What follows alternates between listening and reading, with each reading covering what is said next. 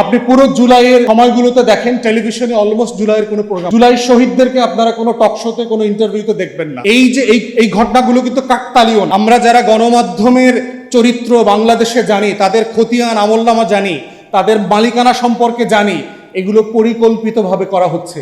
আমরা জানি কোথায় কোন হোটেলে কোন কোন সাংবাদিক, টকশো হোস্ট, গেস্টরা মিলে একসাথে কোন কোন রাতে মিটিং করে, এগুলো আমরা জানি, আমাদের কাছে ছবিও আছে। অতএব এই কালচারাল ফ্যাসিজমকে যদি আমরা কালচার দিয়ে পাবলিক কনসেন্ট তৈরি করবার মধ্য দিয়ে বিচারিক প্রক্রিয়াকে হেল্প করতে না পারি, শুধুমাত্র বিচারিক প্রক্রিয়া চলবে না, বিচারিক প্রক্রিয়ার দাবিটা থেমে যাবে। তাই আমরা অনুরোধ করব বিরোধী দলের নেতারা যারা আছেন এখানে, দয়া করে সংসদে এটা রেজ করবেন।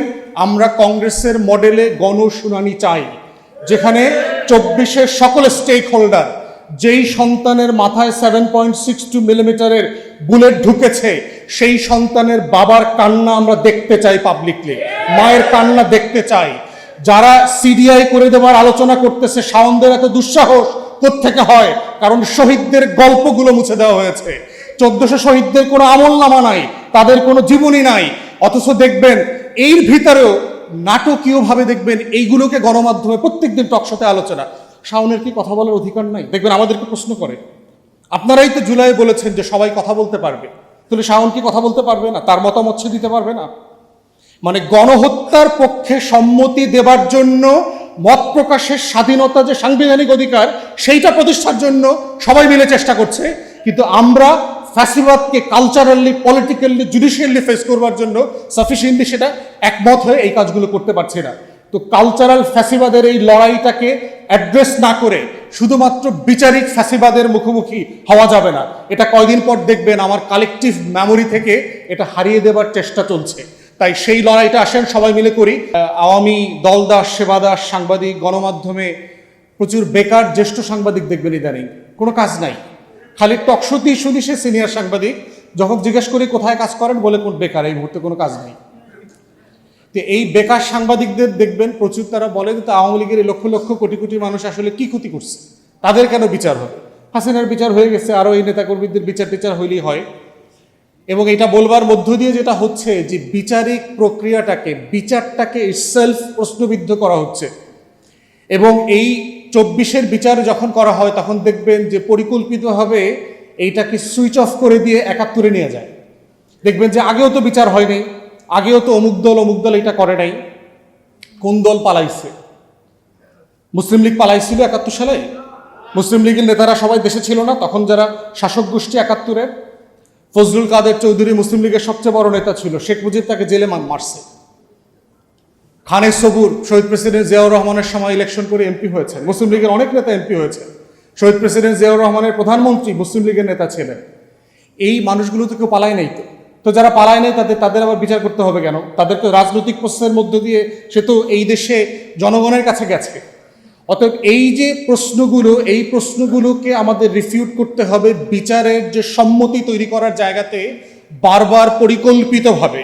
এবং আপনারা দেখবেন শুধু রাতের টকশোর গেস্ট দেখবেন 30, 35টা, 40টা টকশোতে দেখবেন অলমোস্ট এন্টায়ারলি জামাতের কোনো প্রতিনিধি নাই, এনসিপির কোনো প্রতিনিধি নাই, বিরোধী দলের অলমোস্ট কোনো প্রতিনিধি নাই।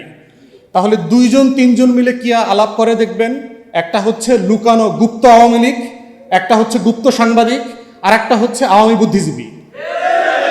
এই আমরা তোমরা মিলে মিলে দেখবেন টকশোতে গণমাধ্যমগুলো ব্যাপক মতামত তৈরি করতেছে এই বিচারিক প্রক্রিয়াটাকে কিভাবে প্রশ্নবিদ্ধ করা যায়, স্লো করা যায়, ইতিহাসের অন্য ঘটনার সাথে ডাইলিউট করা যায়।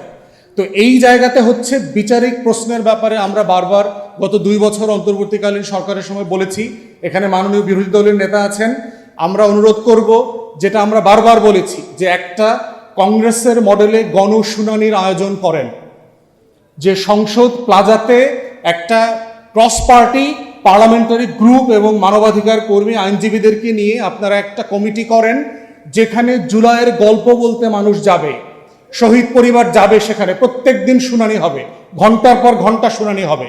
এবং আওয়ামী লীগ কি জিনিস সেটা বিটিভিতে লাইভ সম্প্রচার করে টেলিভিশনগুলোতে বলতে হবে, বুঝাইতে হবে।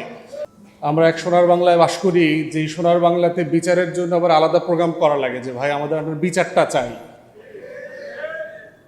মানে এর থেকে ট্র্যাজেডি আয়রনি আর কি হতে পারে আর কি, যে সেই 1648-এর ওয়েস্টফেলিয়ান মডেলের যে স্টেটক্রাফট আমরা তৈরি করেছি ইউরোপিয়ান রাষ্ট্র থেকে, সাম্রাজ্যবাদের পোস্ট কলোনিয়াল জায়গা থেকে, সেখানে মূল আদতের বিষয়টাই ছিল যে রাষ্ট্র তৈরি করা হয়েছে বিচারের কনফার্মেশন নিয়ে, যে সে রাষ্ট্রের লোকদেরকে এখন আর প্রজা মনে করে না, নাগরিক মনে করে। বিচার চাইতে হয় হলো প্রজাদের, নাগরিকদের বিচার চাইতে হয় না। তাই আজকে আমাদের কাছে ফান্ডামেন্টাল কোয়েশ্চেন হচ্ছে যে এই রাষ্ট্রকে আমি রিপাবলিক বলছি, এইটা আসলে রাষ্ট্র কিনা? যেই রাষ্ট্রে আমরা বাসিন্দা, আমরা বাস করছি, এই রাষ্ট্রে আসলে এই রাষ্ট্র আমাদেরকে, এই সংবিধান আমাদেরকে নাগরিক সত্তা আকারে স্বীকৃতি দেয় কিনা? দিলে বিচারের দাবি নিয়ে জেলায়, উপজেলায়, বিভাগীয় শহরে মহাসমাবেশ করা লাগতো না, জাতীয় পর্যায়ে সেমিনার করা লাগতো না। প্রবন্ধক তাজুল ভাই গুরুত্বপূর্ণ সবগুলো কথা বলে ফেলেছে। দেখেন, বিচার বলতে আমরা কি বুঝাচ্ছি? দুইটা জিনিস বুঝাচ্ছি। একটা হচ্ছে যারা ফৌজদারি অপরাধ করেছেন তাদের বিচার, এর ভিতরে রাজনৈতিক দলের, আওয়ামী লীগের বিভিন্ন দলের নেতাকর্মীরা আছেন, এর ভিতরে প্রশাসনিক লোকজন আছেন। আর দ্বিতীয়ত হচ্ছে আওয়ামী লীগের দল আকারে আমরা বিচার চাচ্ছি, দুইটা বিচার চাচ্ছি। এখন এই দুই বিচারের জায়গাতেই বলা হচ্ছে যে যুক্তিটা আসতেছে আওয়ামী লীগের তো লক্ষ লক্ষ কোটি কোটি মানুষ, তারা কি অন্যায় করছে, তারা কি খুন খারাপি করছে? দেখবেন যে কিছু